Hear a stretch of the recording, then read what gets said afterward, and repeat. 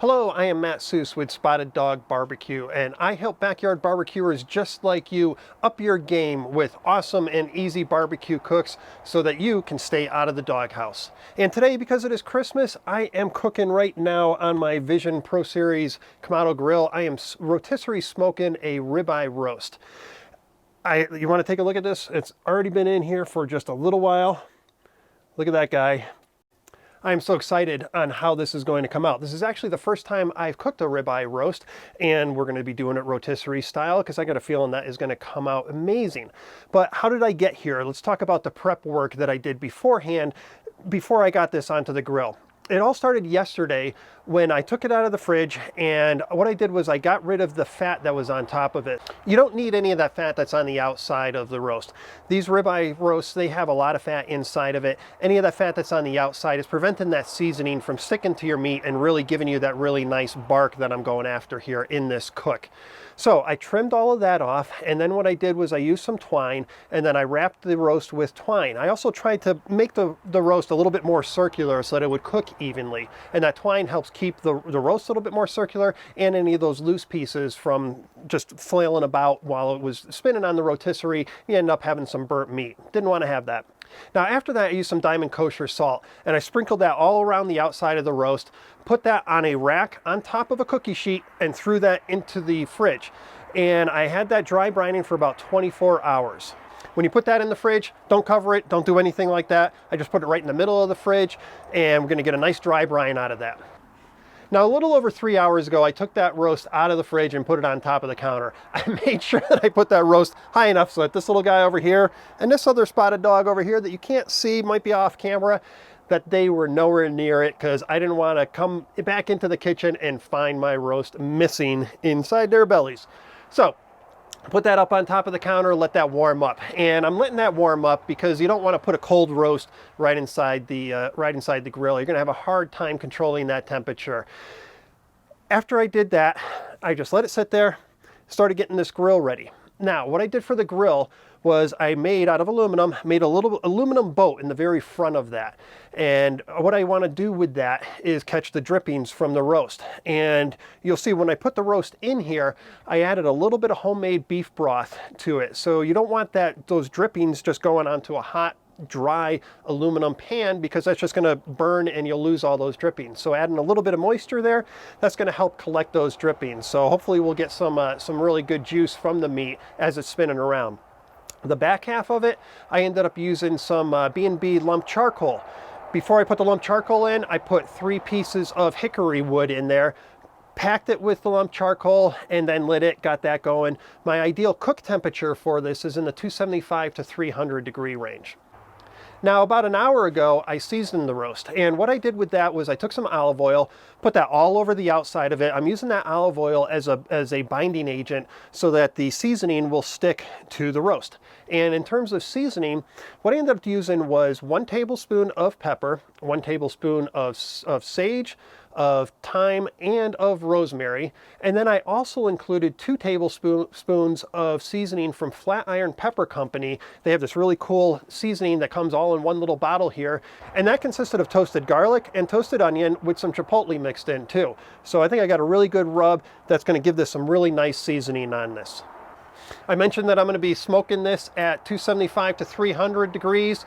In terms of temperature, my goal is after it's already rested, right before we're ready to eat, it's going to hit about 132. And that's going to give us a really nice medium rare on the low end of medium rare. So it should be really nice, red and juicy.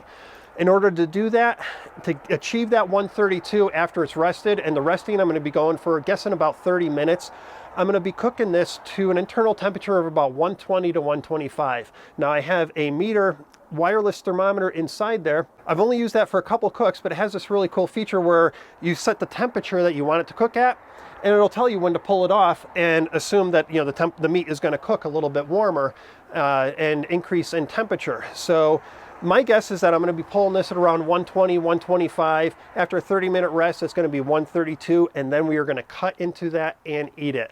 And I am looking forward to this. Again, this is my first roast.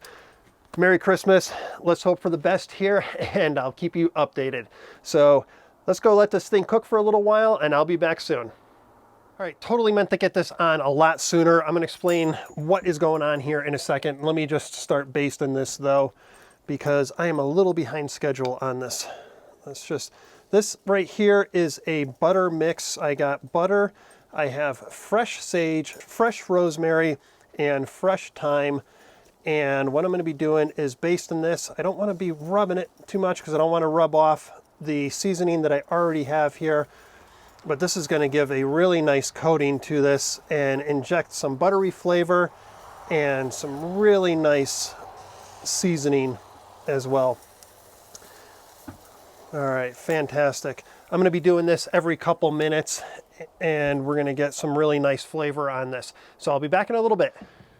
All right, here we are. We're getting really close to temperature to me pulling this and resting it. According to meter, I have like about 6 or 7 more minutes that it can go on the rotisserie before I pull it to rest it, but I actually want to try and get a little bit better of a sear on it. I didn't get this outside crust really that dark. So what I'm gonna do now is I'm gonna pull this and we're gonna let this sit outside for a couple minutes while I crank the heat up in this Kamado so that I can then do a little bit of a nice sear on the outside. And this is looking fabulous. Look at that. That is looking good. If I can get a little bit of a sear going on that, it's gonna be even better. Now I'm gonna grab my boat that had some of the juices in here and bring that into the house, hopefully without spilling any of it. And then I'm gonna crank the heat on this Kamado and we'll try and do a little bit of a sear and hope for the best that this comes out amazing. Okay, I got the Kamado, I got a lot of extra coals in there now. So we got all the vents open. Actually, let me get this top vent open too. We're gonna crank the heat on that and then throw this roast in there.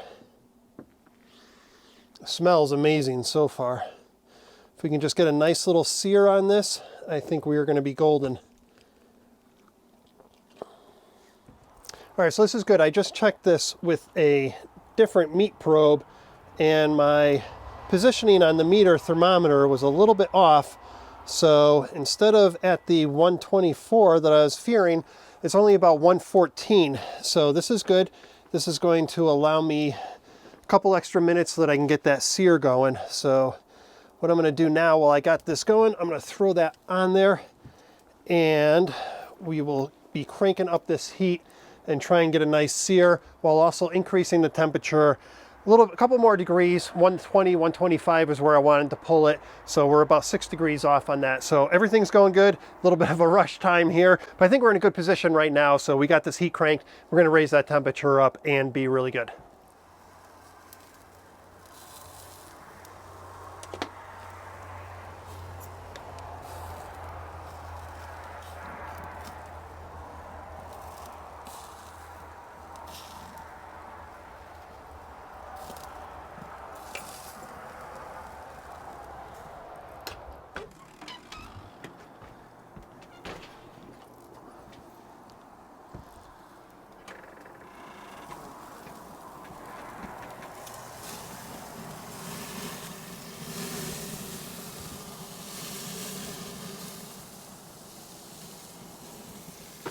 There we go. Now we got some flame action going. Now we should be able to get a nice bark going.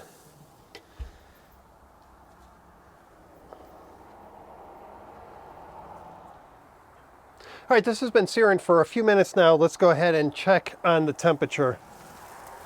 I'm not relying on that meter probe anymore because I just do not have it in the right spot.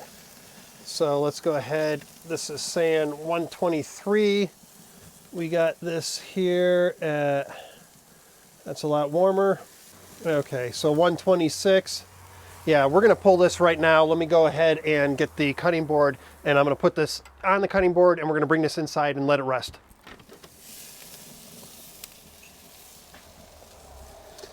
Well, it does look beautiful. I'm glad that I did the sort of Inferno mode that got some nice darkening on the skin here. Let's go ahead and bring this inside. Look at that, that's looking really good. All right, so I got that inside. I put some tin foil loosely over it and we're gonna just wait it out now. We're gonna let that sit for about a half an hour and then we're gonna cut into it and hope for the best. Hope that we got nice red all the way through it, nice and juicy. We're gonna find out real soon. Okay, here we are. This has been resting for 30 minutes now. It is time to cut into this, but I made a mistake beforehand I want to talk about real quick before I cut into this. I don't know how this is going to come out. The mistake I made was relying on one temperature probe. I had that in there. I had the meter probe in there. It was already starting to read at about 120. I was getting nervous. I had to pull it off the rotisserie. I wanted to crisp up the bark a little bit, make that a little bit darker. I didn't use another thermometer, and this is an instant read thermometer. I should have checked in a couple other areas. So once I set this up for Inferno Mode to really darken that bark and get that nice and crispy, I then used this thermometer and realized that instead of in the 120s, I was only at about 113, 114. So I had to make some adjustments on the fly when I was cooking this, regulating the temperature. So I was doing the Inferno Mode to get that nice char on it, anywhere between 300 and 400 plus degrees. So I don't know how this is going to come out. I got my fingers crossed that I'm going to take this off. We're going to open this up, or I'm going to cut this right in there, and we are going to be nice and medium rare throughout. I don't know. Some of it might be a little bit more rare, might be even overcooked. Let's go ahead and find out for sure. This does look really nice though. Let me go ahead and see if I can pull this temperature probe out. Okay, got the meter probe out. Let's go ahead and do a temperature check on this. Let's see if we got close to that 132. Oh boy, that is at 140. 138, 137, 140. I don't know. I'm a little anxious now. I don't know if this is going to be a really good cook. Oh boy, let's go ahead and, you know what? I'm not even going to cut off those strings. Let's just cut right into this. It's nice and tender. It is hot. Got some really nice juices over here. I don't know. Let's see what we got. All right. Yep. We overcooked it a little bit. We got a nice pink on this. It is not the red, the deep red that I wanted. So that mistake that I made really came to bite me in the wrong spot. I got a feeling this is still going to taste really good, but it is not that medium rare that I was looking for. This is kind of like a medium. Yeah, definitely overcooked it. I'm going to have to buy another one of these and do a much better cook on this. But this is what happens when you're grilling. I made this video for you. Learn from my mistakes. When you have one temperature probe, do not rely on that one alone. Make sure you are using an instant read thermometer too. Get that in there, double check, and I wish I did. Would have saved this meat. I mean, this is still going to be good, but just a little... It's a lot more overdone than what I would have preferred. It's still going to be good. We're still going to eat good tonight, but darn it. Well, let's go ahead and at least try it. Let me go ahead and cut this over here. And I still have that twine on it. This is not the right knife to cut twine with. And you know, I know one person who is not minding this, and this is one of my spotted dogs down below. He is all of a sudden onto this and is wanting to have a bite. But let's go ahead and we'll cut right into this and at least give it a try. We'll try the seasoning.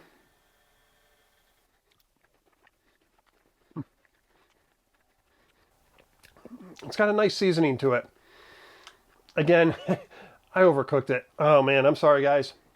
But now you know what to do, and more importantly, what not to do. This is still going to be good. We got some nice jus. We got some little juices over here too. It is still, I mean, look at that. We still got some nice juices coming out of this. So it is not dry at all.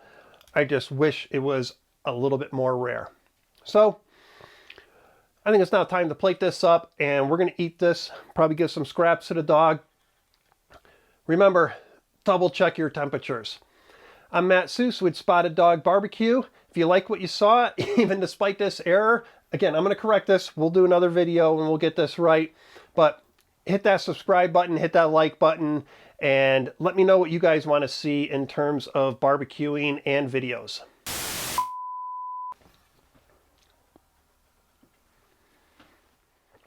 And it has a really good flavor. Yeah, it's really good. I don't think it looks that terribly overcooked. It's about the redness of what we get in Buffalo Bill. You want to try that? More from the middle.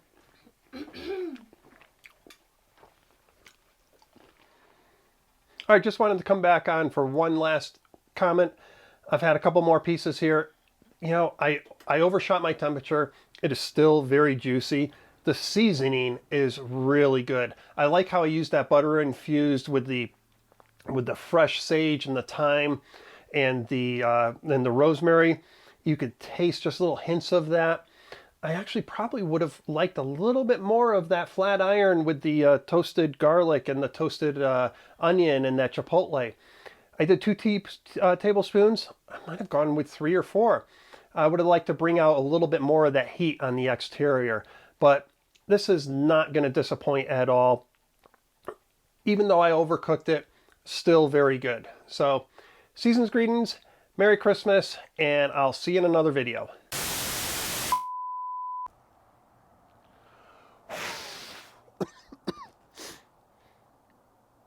Hello, my name is Matt Seuss with Spotted Dog Barbecue. Now, 3 hours ago, what I did with... Now, let's jump to today. 3 hours ago, I took that out of the... Now, let's jump to...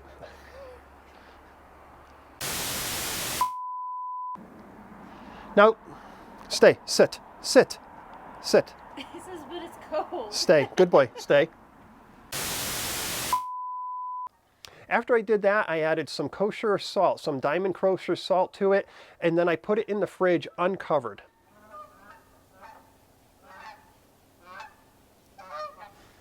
You're going to be next on the grill.